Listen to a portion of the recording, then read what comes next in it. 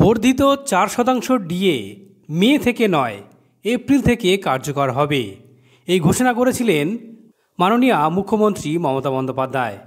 Vote চলাকালীন এই ঘোষণা তিনি করেছিলেন। আগে 2023-24 অর্থবর্ষে যে 4% ডিএ ঘোষণা করা হয়েছিল তা কার্যকর করা হবে মে মাস থেকে, এমনই বলা হয়েছিল। কিন্তু ভোট চলাকালীন মাননীয় মুখ্যমন্ত্রী বলেছিলেন যে মে থেকে নয়, সেটি এপ্রিল থেকে কার্যকর হবে। সেই মোতাবেক আজকে নবান্ন থেকে একটি গুরুত্বপূর্ণ নোটিফিকেশান জারি করা হয়েছে। এই দেখুন বন্ধুরা, 11 জুন 2024।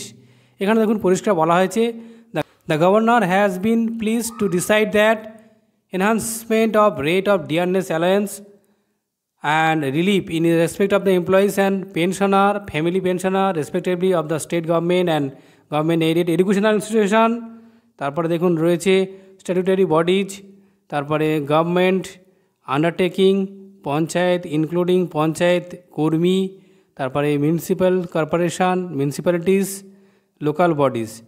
এনারা কিন্তু সবাই এই 4% যে বর্ধিত ডিএ যেটা এরিয়ার হিসাবে পাবেন, সেটা কিন্তু কবে থেকে পাবেন সেটা বলা হচ্ছে যে দেখুন যে 1 মের পরিবর্তে 1 এপ্রিল থেকে।